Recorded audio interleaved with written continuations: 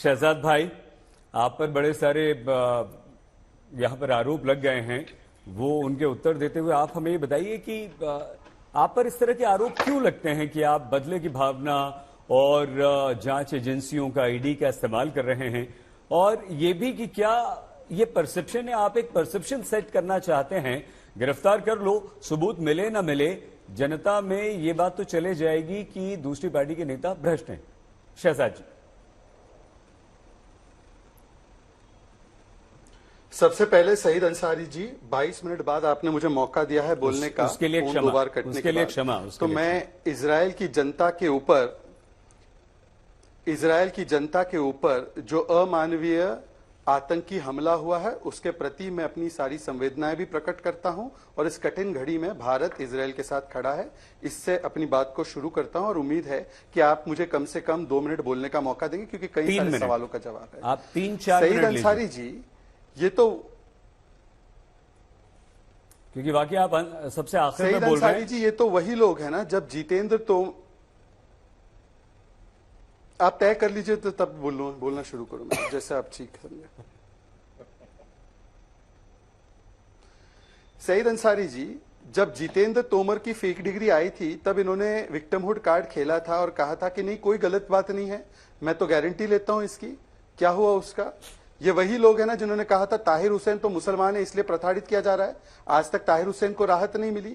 ये वही लोग हैं ना जो कट्टर ईमानदार कहकर मनीष सिसोदिया को कहते थे कि इनको तो पद्म भूषण, भारत रत्न, क्या क्या मिलना चाहिए। आज 7.5-8 महीने हो गए, मनीष सिसोदिया को राहत नहीं मिली है। और सुप्रीम कोर्ट के जो सवाल होते हैं हर पक्ष से, 2 दिन पहले सुप्रीम कोर्ट ने सवाल पूछा, आम आदमी पार्टी इतने भ्रष्टाचार में लिप्त है तो इनको पार्टी क्यों नहीं बनाते, तो वो तो टिप्पणी नहीं मानते, परंतु इन बाकी सवालों को टिप्पणी मानकर ये अपने आप को क्लीन चिट दे रहे हैं। तो सीबीआई कोर्ट का ऑर्डर है, फाइंडिंग है 2023 मार्च का, कि मनीष सिसोदिया प्रिंसिपल आर्किटेक्ट है शराब घोटाले के, और इसके अलावा 90 से 100 करोड़ रुपए उन्होंने किकबैक के रूप में लिए हैं। पर वो ऑर्डर को नहीं मानेंगे, वो इस प्रकार से जो फाइंडिंग है उसको नहीं मानेंगे। अच्छा, 2 दिन पहले जो संजय सिंह को 5 दिन की रिमांड देते हुए अब इन्होंने क्या कहा, अप्रूवर के बयान पर रिलाई किया है। नहीं, बिल्कुल गलत। पैरा 11, 12, 13, 14, 15 को पढ़िए।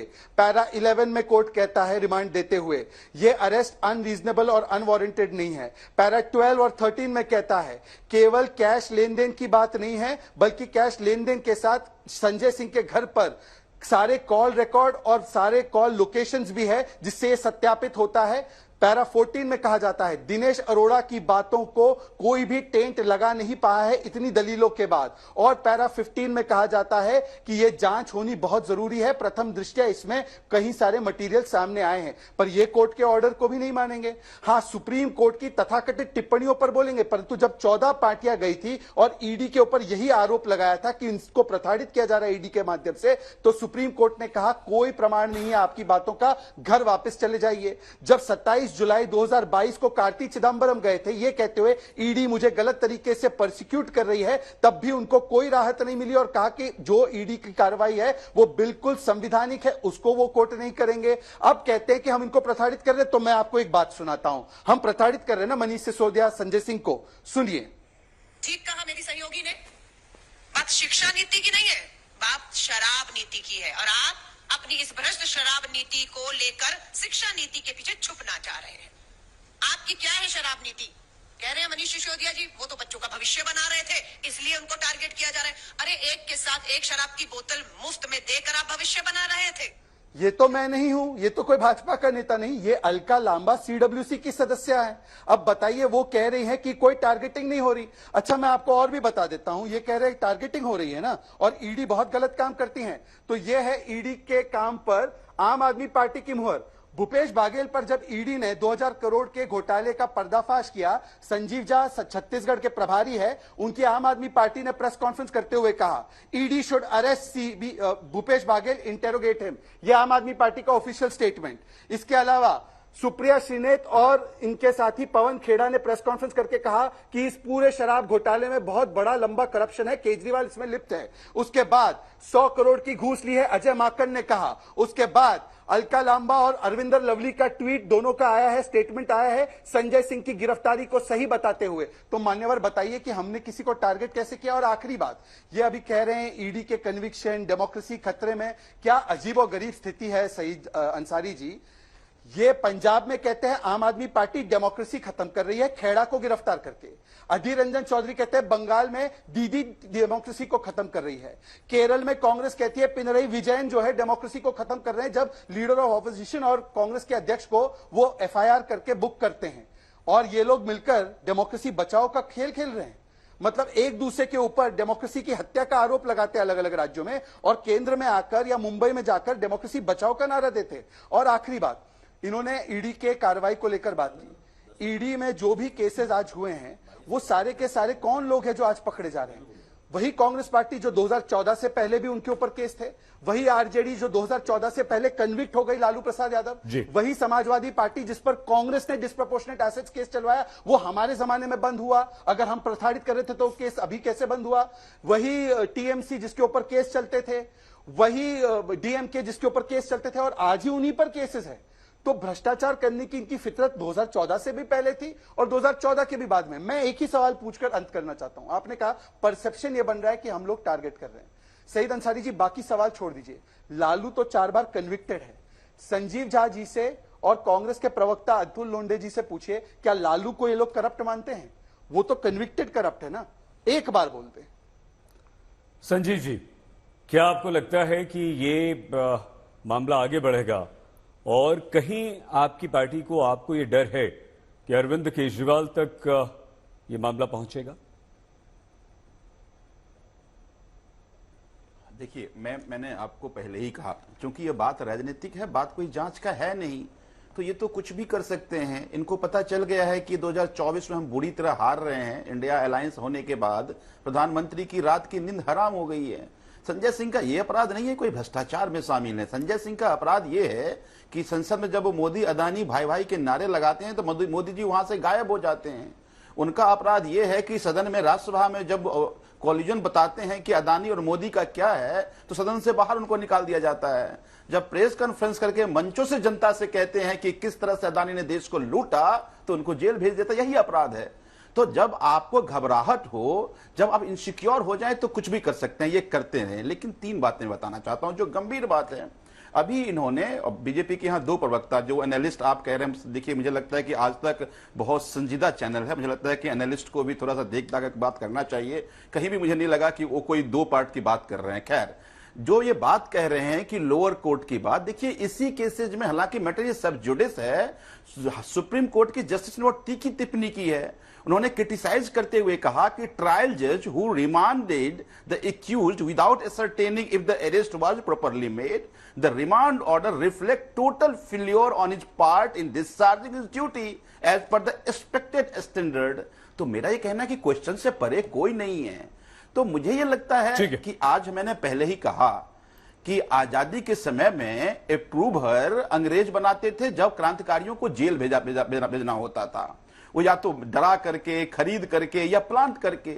आज वही प्रोसीजर, चूंकि अंग्रेज से बहुत प्यार रहा है, इनको बड़ी दोस्ती रही है। आजादी के समय ये देश के लिए नहीं लड़ रहे थे, अंग्रेज के लिए काम करने वाले लोग थे। अगर ठीक से इतिहास में जाएंगे तो उनके प्रोसीजर को ये सब लोग अपना रहे हैं। तो इनके इस प्रोसेस से हम घबराते नहीं है। एक बात संजीव जी समाप्त कीजिए, क्योंकि जल्दी अब हम कार्यक्रम के पूछ रहे हैं, तो ये बढ़ना मैं आगे बताऊं। नहीं, आप समाप्त कीजिए, अपनी बात पूरी कर दीजिए। नहीं, बस मैं एक बात कहना चाहता हूं। देखिए, बस एक बात कहना चाहता हूं कि देखिए, अगर प्रधानमंत्री को भ्रष्टाचार से बहुत परहेज होता तो अदानी की जांच होती, अदानी के पास ईडी जाता, बहुत भ्रष्टाचार से परहेज होता तो आज शुभेंदु अधिकारी एलओपी, आपने ही कहा एलओपी नहीं होते, वो तो जेल में होते। हेमंत मिश्रा मुख्यमंत्री नहीं होते। मैं दावे से कह सकता हूं कि भारतीय जनता पार्टी के नेता कार्यकर्ताओं को कुछ नहीं मिलने वाला है। आज तमाम भ्रष्टाचारी, तमाम बलात्कारी, तमाम गुंडे, क्रिमिनल भाजपा में महफूज इसलिए महसूस करते हैं कि अगर वो आगे भाजपा में, किसी ईडी, किसी सीबीआई, किसी पुलिस का कुछ नहीं होने वाला। 5 लोग हैं।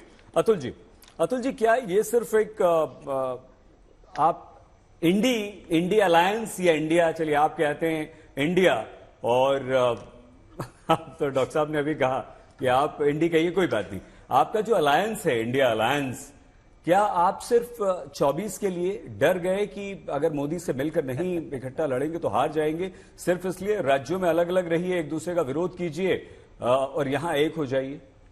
सईद भाई, कोई ऐसी पार्टी है देश में, कांग्रेस तो हरदम इनके विचारों के खिलाफ ही रही है, जिसके साथ बीजेपी ने साठगांठ संगठन नहीं किया है, गठबंधन नहीं किया है, पीडीपी से लेकर नीचे तक डीएमके एआईडीएमके छोड़ के क्या उसकी खबर नहीं होती है। पवन कल्याण ने कल कह दिया कि हम चंद्रबाबू नायडू को सपोर्ट करेंगे, उसकी खबर नहीं होती है। सच्चाई यह है कि आपने पवन जायसवाल ने जब रिपोर्टिंग किया था, एक पत्रकार की, आपके साथी की बात कर रहा हूं जी, उसने मिड डे मील्स के में कहा कि नमक खिलाया जा रहा है, तो उस पर यूएपी की केस हुई है। सिद्दीक कप्पन हाथरस में रिपोर्टिंग करने गया था। तो आप कौन से एक्ट की और कैसे कैसे इस्तेमाल करते हो सबके सामने है। आज तक इसका जवाब नहीं आया है। इन्होंने तो कह दिया कि 25 का ट्रायल हो गया और 23 लोग को 94% गिनवा दिया। 5400 रेड में इतना ही आप ट्रायल तक पहुंचते हो, तो चलो ये बात भी मैं बाजू रख देता हूं। अब मुझे ये बात बताइए, उन लोगों के ट्रायल का क्या हुआ जो आपके पार्टी में आए? आपके पार्टी में आने के बाद, मुख्यमंत्री, उप मुख्यमंत्री, मंत्री बनने के बाद, बड़े बड़े ओहदों पे बैठने के बाद ईडी ने कितनी बार उनको बुलाया? कितनी बार इनकम टैक्स ने बुलाया? कितनी बार सीबीआई ने बुलाया? एक बार भी बुलाया नहीं है।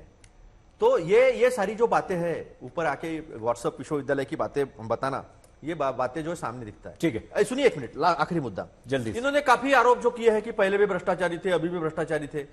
9-9.5 साल के बाद अगर इस किसी पार्टी को ऐसा कहना पड़े कि हमने जो 2011 से लेकर 2014 तक आरोप मढ़े थे और उसमें एक भी आरोप सिद्ध नहीं कर पाए, कोई कहीं पर भी नहीं पहुंच पाए, तो ये शर्म की बात यह है कि 2G के जज ने कहा मैं 7 साल 11 बजे से 7 बजे तक बैठा रहा, सबूत का इतना चिट्ठा भी नहीं दिया, सारे के सारे एक्विट हो गए हैं। तो ये जो है ना, इनकी सच्चाई सामने आ रही है, इसलिए बौखलाहट है। और बौखलाहट में फिर इंडिया नाम लेने को भी शर्म आती है। और इंडिया हटा दो, लेकिन बीजेपी और इंडिया अब तक हटा नहीं है। ठीक है, डॉक्टर मिश्रा, आप पर संजीव झा ने भी प्रश्न उठा दिए। वो कह रहे हैं कि भाई दोनों तरफ, आप विश्लेषक हैं तो दोनों तरफ की बात कर दीजिए। हम ये समझना चाहते हैं सर, ये जो बार बार प्रश्न उठते हैं अजीत पवार के, हेमंत बिस्व शर्मा के और इन जैसे और लोगों के, इस पर आपकी राय क्या है? सही जी, सबसे पहले तो जिन लोगों ने हम पर टिप्पणी की है उनसे मैं ये कहूंगा कि मान्यवर, हमने तो आज तक के चैनल पर बैठ के डिबेट कर रहे हैं, आज तक की रिपोर्ट को सामने रख के आपसे बात किया है। तो प्रत्यक्षम किम प्रमाणम, मैं हमेशा तथ्यों से बात करता हूं, ना मैं कहानी वो जवाब नहीं दिया। सुन लीजिए, सुन तो लीजिए, मैंने कहा आपको कि 25 केस सुन तो लीजिए मानवर, 5,500 आप हमको ये बताइए, नहीं आप हमको ये बताइए कि क्या ये भारत का मानस है कि जब आप गिरफ्तार होते हैं तो आप अपने आप को ऐसा दिखाते हैं कि आप बहुत कदम उठाने जा रहे हैं? सही तरीके से अरे कौन सा मैसेज आप, यही कौन सा बात सुनाई नहीं देगी दोनों की। नहीं, कौन सा मतलब आप भ्रष्टाचार क्यों लगता है? भ्रष्टाचार के आरोप में गिरफ्तार होता है, उस पर जांच होती है और कौन संबंध करता है, कौन बुलाता है, तो इस तरीके से उसको हाव-भाव दिया जाता है। हेमंत बिस्वा शर्मा के बारे में क्यों नहीं बोलते आप? अजीत पवार के बारे में क्यों नहीं बोलते आप? सुब्रत राय के बारे में क्यों नहीं बोलते? टीडीपी के 4 अरे आप आरटीआई लगा के पूछ लीजिए ना, अरे आप आरटीआई लगा के पूछिए ना कि उसके बाद की जांच का क्या हुआ। सारों के सारों आइए आरटीआई डिबेट करिए, किसने रोका है आपको? शिवसेना के लोगों पर रेड हुई है, शिवसेना के लोगों को जेल पहुंचाने वाले थे। बनावट से, वसूलों से खुशबू नहीं आ सकती कागज के फूलों से। Truth needs no mirror. ठीक है, यही लगाइए। अतुल जी एक सेकंड।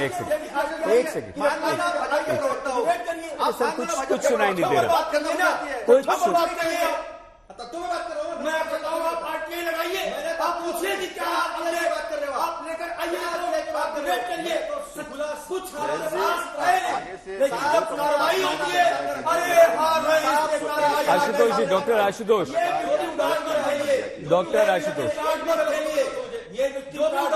मुझे तो पता नहीं कि मैं ऑफिशियल प्रवक्ता हूं कोई जनता पार्टी का। मुझे समय देने के बदले इस प्रकार की डिबेट हो रही है जहां पर किसी का कोई क्या चल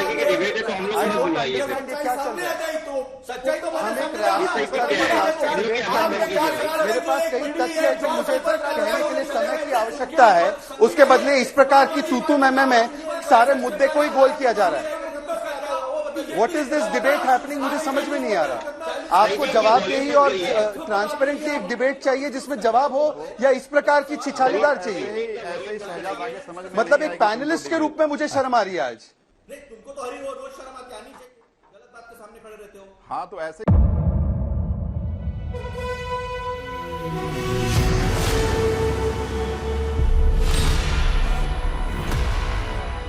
मुद्दों का मैदान, तर्कों पर घमासान, किससे किसकी ठनी, किसने दी किसे पटखनी, क्या सच है इसको छुपाने की कोशिश। खबरों की दुनिया का सबसे बड़ा अखाड़ा दंगल देखे मेरे यानी चित्रा त्रिपाठी के साथ रोज शाम 5 बजे सिर्फ आज तक पर।